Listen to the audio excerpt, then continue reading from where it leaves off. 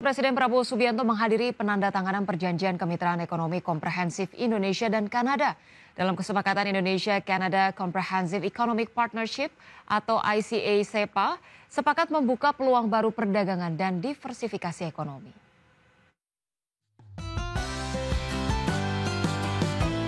Indonesia dan Kanada resmi menandatangani perjanjian kemitraan ekonomi komprehensif Indonesia-Kanada atau Indonesia-Canada Comprehensive Economic Partnership. Dengan disaksikan langsung Presiden Prabowo Subianto dan Perdana Menteri Kanada Mark Carney, Indonesia dan Kanada sepakat memperkuat kemitraan ekonomi menjadi tonggak transformasi yang mencerminkan tujuan bersama kedua negara untuk membuka peluang baru dalam perdagangan, diversifikasi ekonomi, investasi, inovasi, serta pertumbuhan yang inklusif dan berkelanjutan. Presiden Prabowo menegaskan perjanjian ini akan menjadi platform memperkuat hubungan dagang dan investasi, sekaligus mendorong kerjasama di sektor strategis, termasuk ketahanan pangan, mineral kritis, energi terbarukan, dan ekonomi digital. And today, the signing, I think, of the Indonesia-Canada CEPA, Comprehensive Economic Partnership Agreement, is very, very important for us, very strategic economically, and politically, and so I'm very happy to be here for the signing of the CEPA, and I think this will be a historic moment. It will prove to be a significant milestone. Sementara itu, Perdana Menteri Kanada Mark Carney dalam joint statement menegaskan bahwa perjanjian ini mencerminkan komitmen bersama dalam membuka perdagangan sesuai dengan aturan hukum dan menghormati kesepakatan dagang internasional.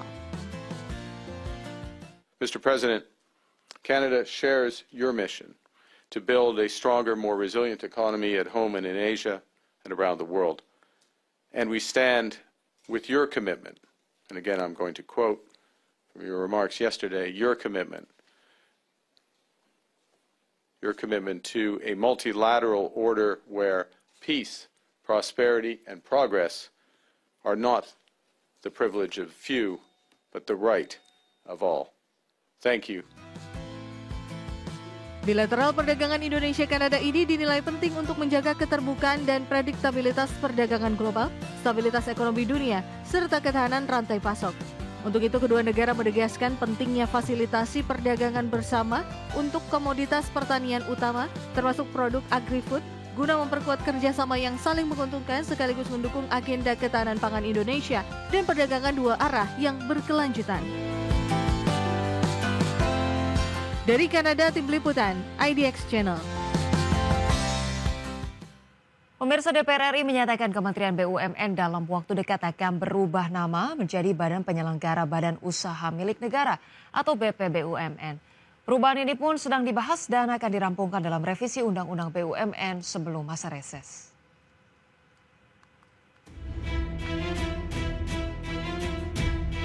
Pembahasan revisi Undang-Undang BUMN saat ini masih terus dilakukan antara DPR RI dan pemerintah. Salah satu poin pembahasannya terkait perubahan status Kementerian BUMN menjadi badan. Wakil Ketua DPR RI Sufmi Dasko Ahmad mengatakan, nama dan fungsi dari Kementerian BUMN pun akan berubah menjadi Badan Penyelenggara BUMN. Hal ini didasari karena tata kelola BUMN sudah seluruhnya di bawah Danantara.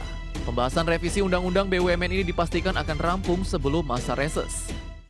Di situ fungsi dari BUMN kan itu sudah, Kementerian BUMN kan itu sudah sebagian besar diambil oleh Danantara.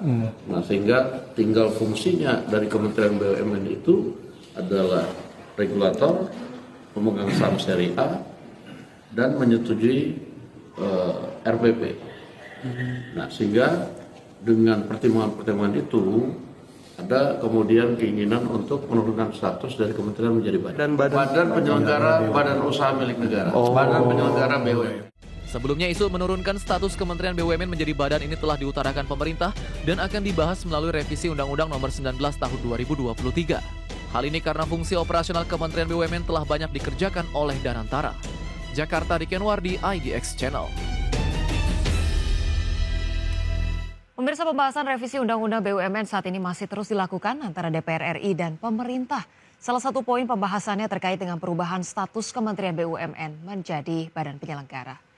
Direktur Next Indonesia Sander Heri Gunawan berharap jika nanti Kementerian BUMN diturunkan menjadi badan penyelenggara BUMN, tidak dilebur dengan BPI dan Antara. Pasalnya kedua lembaga atau badan tersebut memiliki karakter yang berbeda. Menurut Heri Gunawan, jika peleburan dua lembaga tersebut terjadi, maka akan memperlambat jalannya operasional BUMN.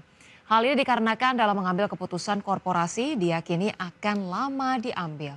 Pemerintah juga diminta mulai menghentikan keterlibatannya pada BPI dan Antara atau BUMN karena secara kelembagaan merupakan lembaga private. Hal ini dapat menghindari kecemburuan dari para pelaku usaha lainnya yang notabene mengharapkan adanya insentif atau suntikan dana dari pemerintah. Badan penyelenggara BUMN serta BPI dan Antara itu tidak boleh dilebur. Sebaiknya jangan disatukan. Karena tadi karakternya sudah berbeda. Nanti ujung-ujungnya adalah BUMN akan berjalan lama dalam mengambil keputusan korporasi. Kemudian buat pembagian wewenang, tugas, dan fungsi antara BP BUMN dengan BPI dengan Antara yang menjadi firewall dan itu harus tegas. Sebagai contoh, BP BUMN cukup mengurusi BUMN yang berbadan hukum misalnya BLU atau yang sejenisnya. Tapi BPI dan Antara itu yang mengurusi BUMN yang... Usai mengunjungi Kanada, Presiden Prabowo Subianto bertolak menuju Belanda dan akan bertemu langsung dengan Raja Willem-Alexander. Dari Bandara Internasional Ottawa, McDonald Cartier, Prabowo beserta rombongan segera menuju Bandara Schiphol, Belanda untuk melakukan kunjungan kenegaraannya. Dalam kunjungan ke Belanda, Prabowo akan langsung bertemu dengan Raja Willem-Alexander guna membahas hubungan bilateral kedua negara. PT Petrosi Tbk terus menunjukkan strategi agresif melalui rangkaian akuisisi yang memperluas ruang bisnis perusahaan. Langkah ini menjadi bagian dari upaya PT RO membidik pertumbuhan di segmen di luar bisnis inti pertambangan yang selama ini menjadi fokus utama.